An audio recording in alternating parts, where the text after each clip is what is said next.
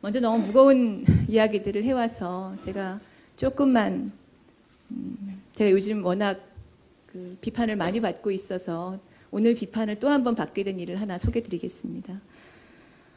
5월 5일이지요. 전국운영위원회가 전자회의를 했습니다. 그 전자회의가 있고 나서 열린 어제 대표단 회의에서 제가 요청을 드렸습니다. 당직자에게 지시를 했습니다. 그 전자회의에 과연 전국운영위원이 본인이 처음부터 끝까지 참석했다고 100% 의문의 여지 없이 확인할 수 있는 방법이 있는지 2개 이상의 업체에게 확인해달라.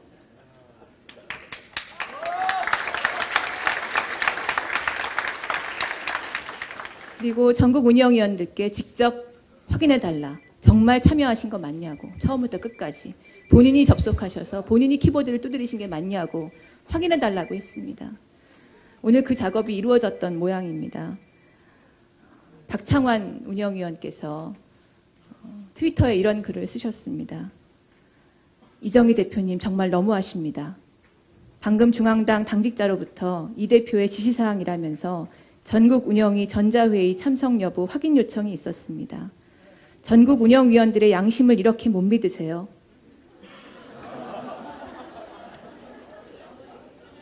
그냥 들어주셨으면 좋겠습니다. 조용히. 인격 모독입니다. 심한 모멸감이 듭니다. 제발 평정심을 찾으시길 바랍니다. 저는 제 의사는 이러하였습니다. 모욕하려고 한 것은 아닙니다. 의심했던 것도 아닙니다. 그러나 지금 온라인 투표 전체가 도대체 당신이 한 것이 맞느냐는 의문을, 그리고 도대체 제대로 당신의 투표값이 전달된 것이 맞느냐는 무한정한 의심을 사고 있는 이 상황에서 그러면 전자회의는 100% 당신이 들어와서 한 것이라고 누가 장담할 수 있는지를 스스로 물어보시도록 하고 싶었습니다. 그래서 정말 당신이 참석한 게 맞습니까? 라는 모멸감이 드는 질문을 받게 해드렸습니다. 죄송합니다. 전자회의를 합니다. 온라인 투표를 합니다. 한계는 이것입니다. 비밀번호를 입력하면 공인인증서를 가지고 나다 한번 확인을 하고 나면 그 다음 행위는 내가 하는지 옆 사람이 와서 하는지 사실 정확히 알 수 없습니다. 물론 우리는 기대합니다. 본인이 했겠지. 통합진보당의 당원인데 운영위원인데 본인이 했겠지. 그것이 우리가 가지고 있는 신뢰입니다.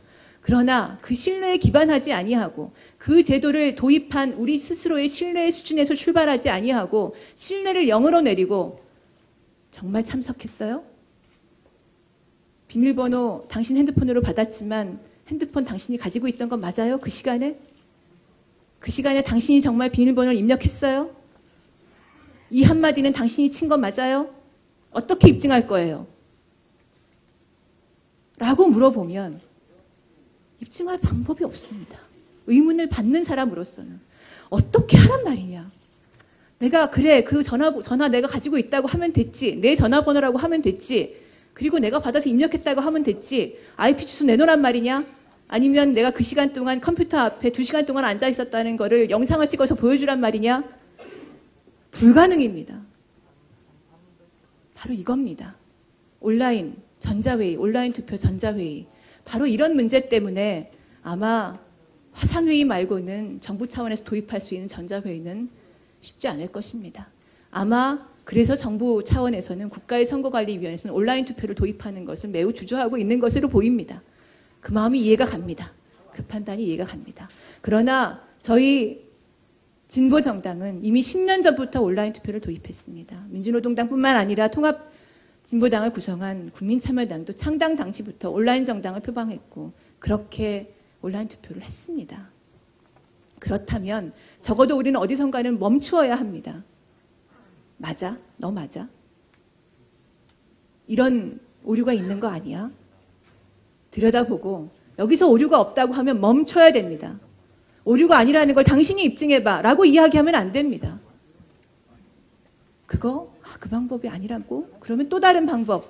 입증을 못한다고? 입증을 못하면 그럼 너는 입증을 못하는 거잖아. 너 의혹이 있는 거잖아. 의혹이 없다고 나는 말을 못하겠어.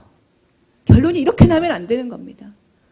의혹이 없다고 나는 말을 못하겠어. 결론이 이렇게 나면 여론은 어떻게 갑니까? 의혹이 있는 것으로 되지요. 이것이 바로 온라인 투표와 전자회의에 나서는 한계입니다.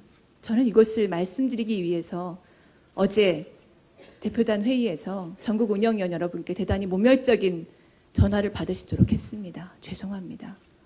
저희가 같이 이제 생각했으면 좋겠습니다. 도대체 그러면 온라인 선거 부정이 있는지 없는지, 조작되었는지 아닌지, 변형되었는지 아닌지 조사는 어느 수준에서 해야 하느냐. 마녀 사냥은 아니어야 한다는 것입니다. 100% 모든 의문을 다 입증해봐. 안 그러면 너는 마녀야. 이게 중세였습니다. 우리는 21세기에서 진보 정치를 합니다.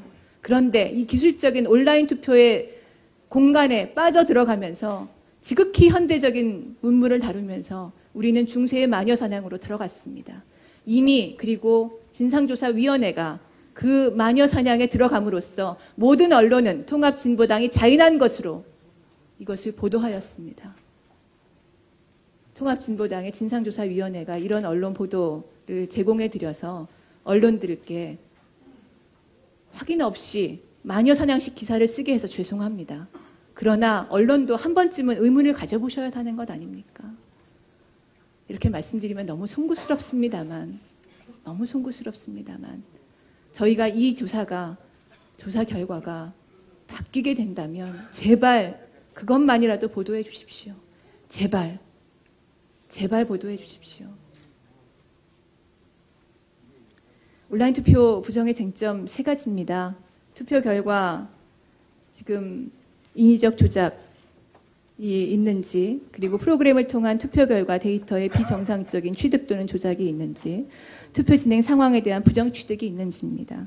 이 가운데 투표 결과 데이터의 인위적 조작에 대해서는 진상조사위원회에서 이미 이상 여부 발견하지 못했습니다. 조작 여부 정황 발견치 못했습니다. 이렇게 해서 이른바 클리어 됐습니다.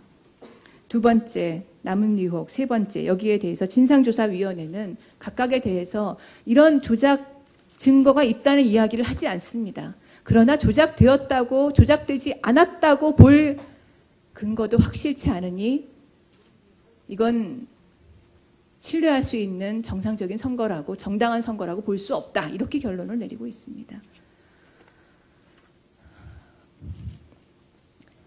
25쪽, 자료집 25쪽에 제가 관련된 내용을 드렸습니다.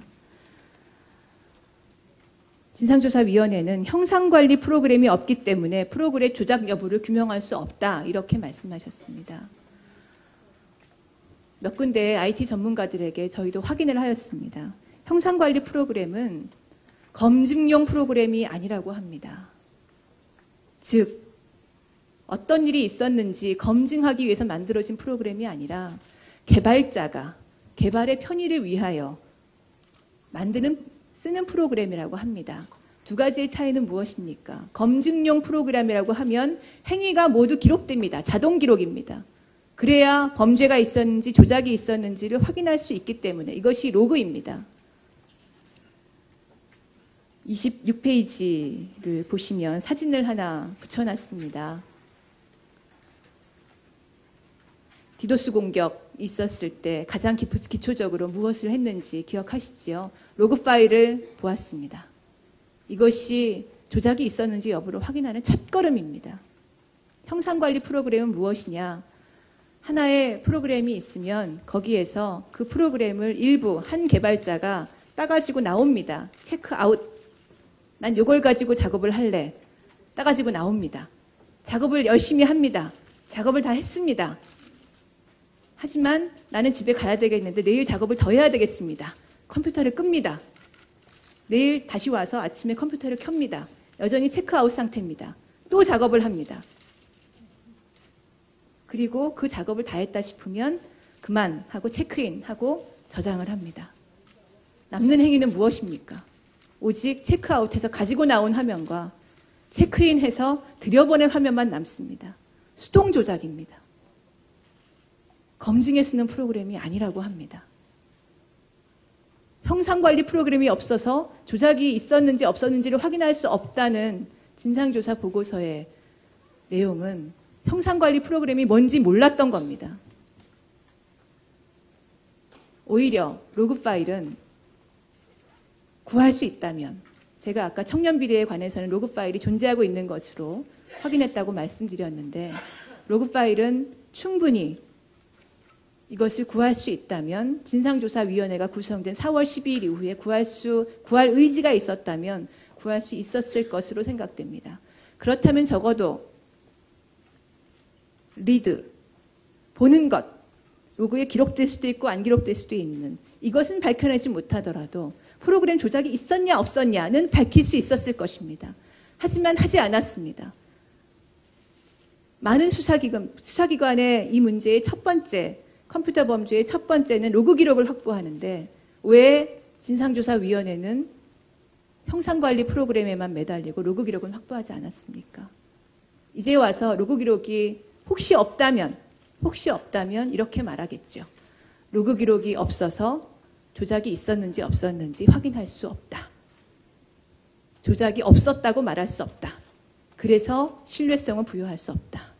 여러분 맞습니까? 저는 의문을 가집니다. 말하자면 진상조사위원회는 내부의 기관이기는 하지만 저희 내부를 책벌하고 그리고 책임을 묻기 위한 검찰이나 마찬가지 기구입니다. 그렇다면 만약에 그 검찰이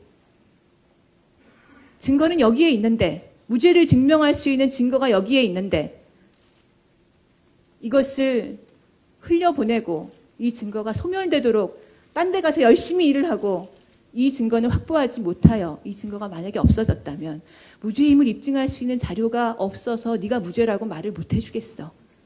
이것이 검찰의 태도여야 합니까? 우리는 이 태도에 대해서 지난 수십 년간 싸워왔습니다. 확인되지 않은 것 가지고 죄를 뒤집어 씌우지 말아라. 의혹만 가지고 사람을 잡아들이지 말아라. 이것이 검찰에 대해서 해왔던 수십 년간의 우리의 태도였고, 이것은 근대 형사법의 기본 원칙입니다. 유죄의 증거가 없으면 무엇입니까? 유죄의 증거가 없으면 무엇입니까? 무죄입니다. 유죄의 증거가 없으면 유죄가 아니라고 말할 수 없는 것이 아니고 무죄라고 말하라는 겁니다. 이것이 근대 법의 원칙입니다. 근대 국가의 흔들릴 수 없는 상식입니다. 흔들렸습니다. 왜 흔들렸습니까? 나쁜 놈들이니까. 부정을 했을 거야. 뭔가 부정을 했을 거야. 입니다. 그래서 마지막 남은 의혹이 이것이지요. 투표값을 열람했을 것이다. 그래서 그것을 누군가에게 알려주어서 투표를 하게 했을 것이다. 입니다. 이것은 실제로 확인되어야 하는 것이지요. 확인되지 않고 넘겼을 거야. 이것 가지고 의혹을 제기할 수 없는 것입니다. 온라인 투표와 관련된 말씀은 이렇게 드렸습니다. 근대의 상식을 찾으면 됩니다. 전자투표를 도입하고 온라인 투표를 도입한 우리 내부의 신뢰 수준을 그대로 유지하면 됩니다. 그것이 누군가를 특별히 너 참 믿을 만한 놈이다 하고 믿어달라는 요구가 아닙니다. 그것이 아닙니다. 그 제도를 도입한 수준에서, 그 제도의 안전성을 우리가 스스로 인정한 수준에서 봐달라는 것입니다. 물론 많은 분들께서 물어보실 것입니다. 저도 자인합니다. 좀 더 안전하게 하지, 확실하게 로그 파일 연구 보존하고 검증 프로그램 다 만들고 그래서 누구도 흔들 수 없게 하지, 왜 그랬어? 잘못했습니다. 저희 불찰이 너무 컸습니다. 우려가 있으신 것 압니다. 국민 여러분께서 그래도 우려가 있으실 수 있습니다. 제대로 뽑힌 거 맞냐고 우려하실 수 있습니다. 정말 죄송합니다. 그러나 여러분, 저희가 국민 여러분께 우려를 갖게 해드려서 죄송합니다라고 말하는 것과 저 도저히 고개를 못 들겠습니다. 이 사람이 정당하게 뽑힌 것인지. 그래서 싸그리 무효로 돌리는 것이 맞습니다. 이 두 가지가 같은 범주의 것이라고 저는 보지 않습니다. 자해하면 안 됩니다. 근대법의 원칙은, 근대의 상식은 다른 사람을 보호하기 위해서뿐만 아니라 우리 스스로에게도 적용되어야 합니다. 저는 그 상식이 통합진보당 내 그리고 진보 진영과 적어도 진보 언론 내에는 통용되기를 바랍니다.